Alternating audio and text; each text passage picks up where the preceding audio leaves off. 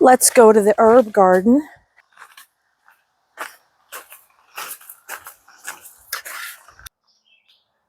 My preferred blend for the herb sourdough is oregano, thyme, and rosemary.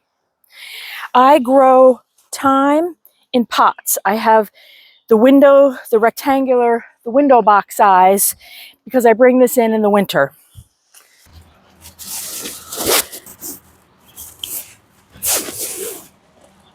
The reason why I grow rosemary and thyme in pots is because it will not overwinter here in New Hampshire in the ground. It's not a perennial here in zone 4.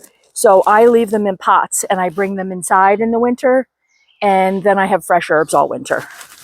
And my oregano plant is here, which is doing great. I have one here and one over here.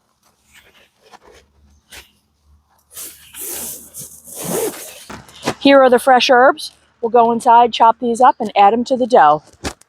Back in the kitchen, I took the starter out of the fridge before I went outside just to soften it up a little bit. I have 2 starters on hand now that I'm maintaining so that I can make more bread as needed or crackers. It's a busy time in the summer, meeting up with friends or visiting family. So I like the availability of more fresh starter. So that's why I'm using 2 starters. I take a little bit from each and then I maintain these, and they're doing great. I'm going to chop up these herbs. The herbs are chopped. It may look like a lot, but I want a lot. The fresh herbs infuse into the dough as it ferments, and it's delicious. And I'm doing this to fit into my day. I'm having coffee, straight out of bed, went out and cut the herbs, and I'm going to prepare the dough so it can sit and rest for an hour before the stretch unfolds. And then that's the time I'll go in the shower and get dressed for the day. And then I'll be back after that hour to do chores or paperwork, work on the computer. So this is the first step. I'll put a link in the description to my simplified sourdough recipe, and that's essentially what this is with the herbs. 350 grams of warm tap water, filtered. 150 grams of starter from the fridge, but let it taken out to be a little bit soft, pliable. I use starter from each jar, and then I will feed those after I use this. I stir the starter in the water. 10 grams of salt.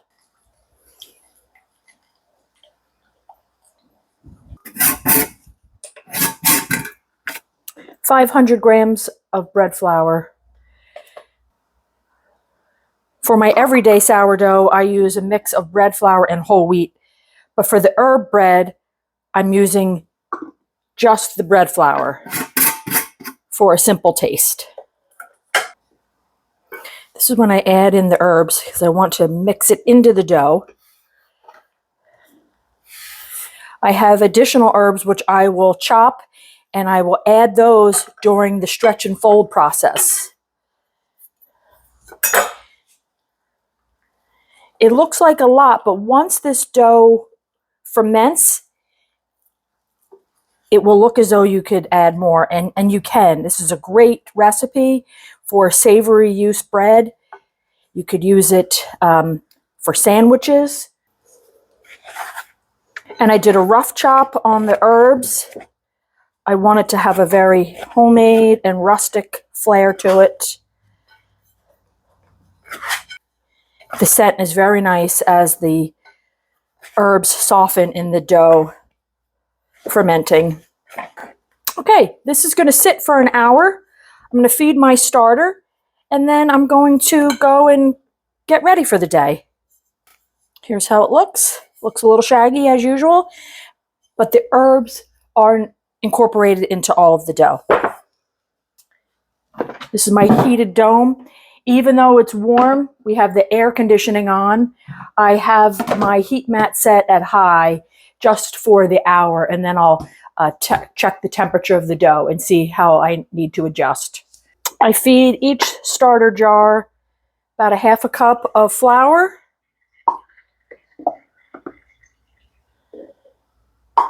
and a quarter cup of water. Having the 2 jars has been really great. So I always have something in a pinch. I no longer do a discard. I just use the starter right out of the jar for crackers and other recipes. I'm baking at least once a week, if not more. So the starter does very well with a once a week feeding. I use these same jars and I don't empty them and clean them. I just keep the top clean and I'll wipe that as needed. I like to wipe the sides of the jars down. And this just has been, these have been in the jar for months with no issues. Always covered tight with a lid. I set them here on the heat mat and I'll be keeping an eye. So off to the shower and to get ready for the day. It's been an hour. It's time to check on the dough. It still looks a little dry, so I'm going to do the first mix. To me, it's not really a stretch and fold. It is a kneading in the bowl. You can start to smell the herbs in there. The herbs are incorporated throughout the dough, and I will add more during the final shaping. Now, I will do a series of stretch and folds. I'm not going to record all that. If you want to see that, check out the video in the description for my simplified sourdough process.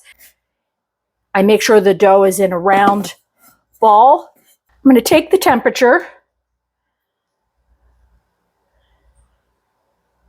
It's 79 degrees, so that's pretty good. I'm going to leave it on high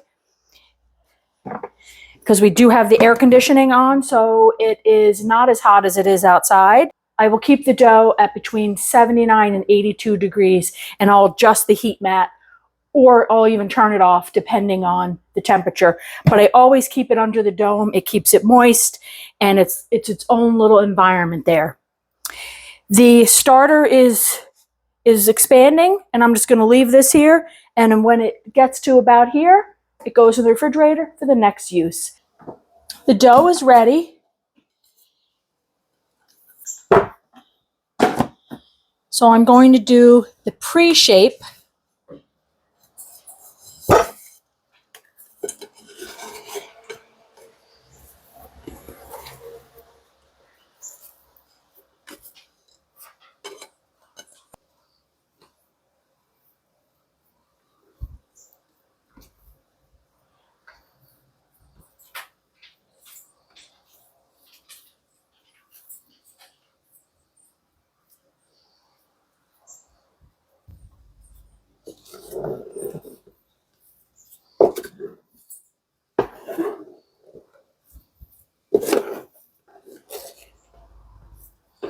Let this rest for a little bit before the final shaping.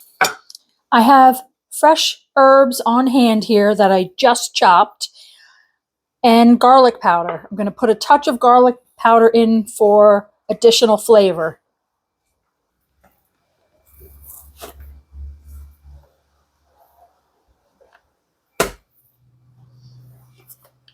There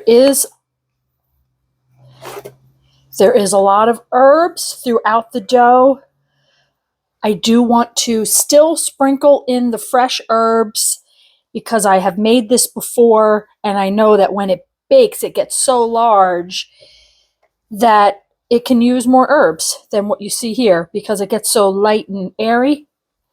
So I'm spreading it out here.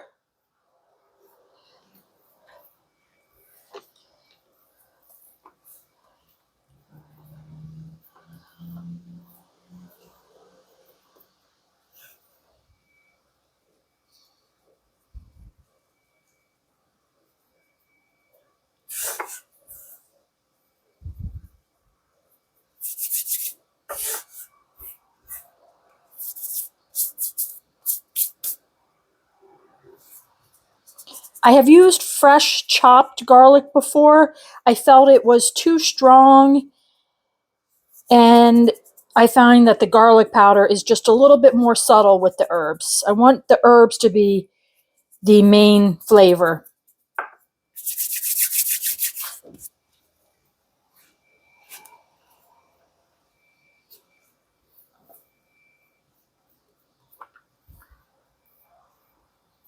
So I do like to then tighten it up.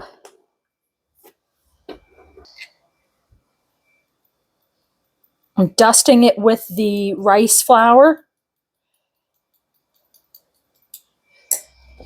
Put it into the banneton. Do this. I'll be able to have a nice clean sweep. Once it's in the banneton, tighten it up further. Add additional rice flour to the top so that the towel doesn't stick. I do it pretty generously. And now we'll let this sit for a little bit until it passes the poke test, which I think is probably going to be just about 35 minutes here because it is warm. And I do put it back into the dome, but I like to have the towel on it. And the heat is off. In about 35 minutes after the dough is done proofing, I'll wrap it in plastic and I'll put it in the fridge for overnight fermenting, and we'll bake it in the morning. Dough looks beautiful. Doing this one-handed. Oh, look at that.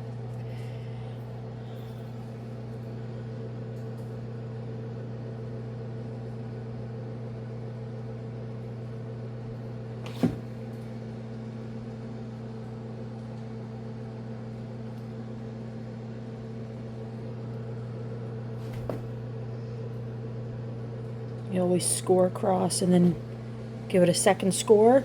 And I like to turn the blade on an angle and get underneath that top skin, so to speak, so it loosens it up as it bakes, and it'll be a nice wide split. Oh yeah, it looks good. The herb sourdough loaf is baked. It looks beautiful. The bottom is crusty but soft, and my trick for that is I use a wire rack in the bottom of my Dutch oven, so it allows it to get crispy and brown but not burnt and super hard, which that can happen when the bread is right on the bottom of the Dutch oven. Let's cut into this. I typically use 2 knives. I use a serrated knife. This has been cooled for well over an hour. I'm going to cut it right down the center through the crust, and I like to use the smooth knife to cut through the crumb. It's a little bit more delicate on the crumb.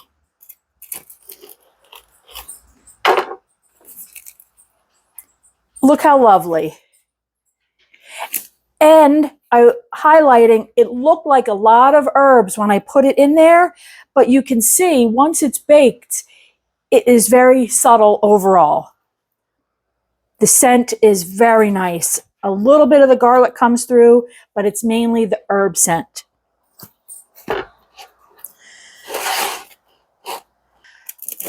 Just cut a slice for another look.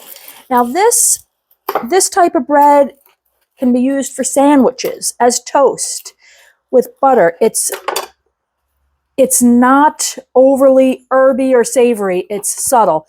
The more you put into it, though, it is a little stiff on the bottom, it'll be more herbs. This could use more herb, but this is nice to get started where you might want to give it a try, but you're just not sure about the fresh herbs. And the smooth knife works well just to cut that piece in half. So there you go. Beautiful sourdough loaf infused with fresh herbs from the garden. Give it a try. I'll put down in the description the link to my simplified sourdough recipe so that you can see the whole process, which is the same that I did for this. This just has the inclusion of the fresh herbs. Thanks for watching. Please like and subscribe. What do you think, Bill? Is it good?